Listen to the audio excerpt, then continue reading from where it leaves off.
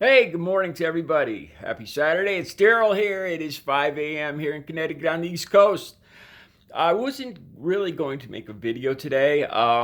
It was quite a day yesterday with the protests and whatnot across the country with Trump and his indignation at being called out on a lie, and then Twitter calling him out on that. I was going to let things just digest today, but I just want to talk about one thing shortly. Um, you guys are probably like me, and you probably look at people's faces when you see a video. For instance, every time I watch a Trump rally on TV or on the internet or whatever, and I see him ranting and rambling, and he plays to the crowd. He's a showman. That's really all he is. A mouthpiece that plays to people's hatred and fear. But anyway, I watch the faces. I watch the faces behind him more than I watch or listen to him, because I want to see who this appeals to, who actually falls for this, who is so scared and angry that they subscribe to his way of thinking. I need to know more about them, about these people. I just want to watch their faces and see if there's if there's a commonality to them or what. Now, I wonder if you guys did the same thing I did. I've been looking through the protest videos for the last 2 or 3 days, starting out in Minneapolis, and now it's spread all across the country. I've actually read this morning that the White House is in lockdown because of protests outside. I can only smile. I think that the phrase is, your chickens have come home to roost. I believe that's the phrase. Okay, but if you're like me, maybe you looked at the faces. As soon as you watched those videos, you wanted to see who those protesters were.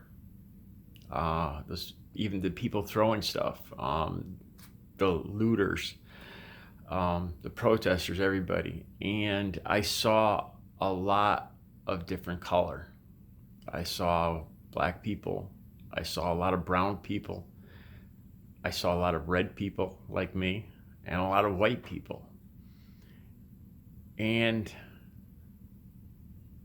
I don't want to say that made me feel, it did make me feel good. It did. I don't know. I didn't know how to describe the feeling at first. It's unity. It's not just a black thing. You don't have to just be African American to be angry at this, to be hurt by this. Like I said, when I watched that video of George Floyd laying on the ground, I had to stop it at one point because I could actually. I've always had a very strong sense of empathy. I don't know why, but putting myself in other people's positions it's almost extreme sometimes. And when I watched that video, I got to the point where I almost felt like I couldn't breathe. The first thing is I could smell the pavement as I watched that video. I could actually smell oil and tar and petroleum and exhaust watching that video. And it got to the point where it got uncomfortable to watch it. Maybe there's a lot of other people like me, but so I feel a sense of unity, that there's a lot of different color faces in these protests, all colors, all ages, mostly younger, but I've seen a lot of people with gray hair like mine too. And one other thing I'd like to suggest to you guys, as I posted quite a few videos on my community page, and I made a video the other day talking about how this isn't just once in a while. People that live out in the country like me and aren't very familiar with being harassed and racially profiled, just occasionally you'll see these videos pop up after an incident.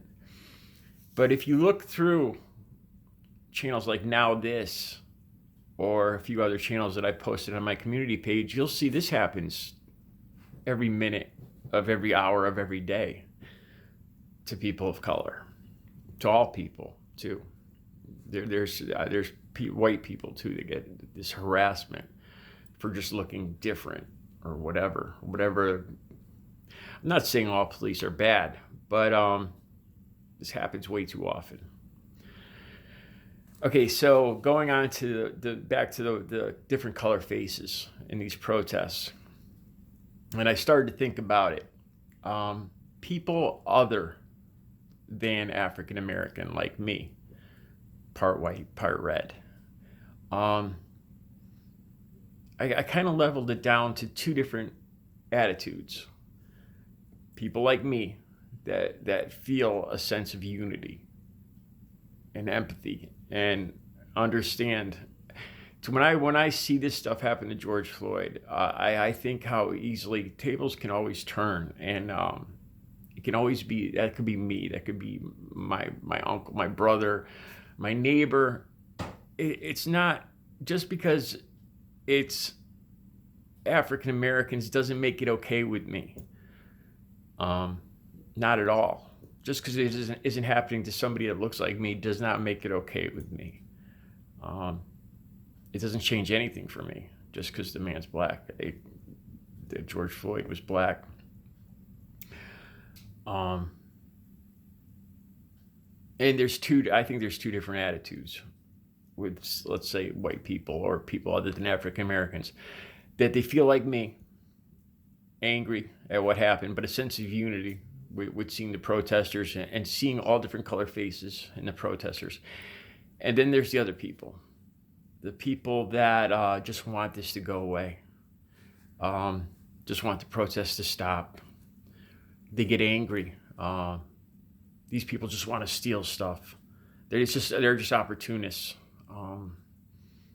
They're just animals. And these people want things to just calm down and just be forgotten. Can't we just all just calm down and let things go back to the way they were? And that's the problem right there. Because things calm down and then go right back to the status quo. And the same things happen again and again. And part of me is really glad and happy and satisfied to see these protests continuing. This rioting, this looting. I know it's not something that probably is very popular to say. But what's as opposed to what? As opposed to shooting them, like Trump suggested. When the looting starts, the shooting starts. So you're going to shoot and kill. You're going to shoot into a crowd of people for stealing cell phones. You're going to just murder protesters. I think its true colors are showing. But anyway, back to the two different personalities. There's the people that feel a sense of unity watching these protests, and the people that just want it all to go away. They want it to just calm down and be quiet and let things go back to normal. So so the people that don't have to live with that, white people, red people, brown people, well, no, brown people live with it too, but so we could just go back to our lives and pretend that's not happening, because it's not us. So it's their problem. And these are the two different, I think the two basic different attitudes when you see these protests, that you just want it to calm down and go away, or you get angry at it because these people are just opportunists, and there's not really a problem here. These people just want to steal. It's their nature. That's the worst. That's the worst kind of attitude. And then, like I said, there's the other people like me, the human beings that feel a sense of unity and empathy, and realize that just because my skin color isn't the same as George Floyd's doesn't mean that same thing couldn't happen to me or my family or people I love. It's not right. And I'm glad that the country's being shooken up a little bit and forced to look at this. All right. You guys have a good Saturday.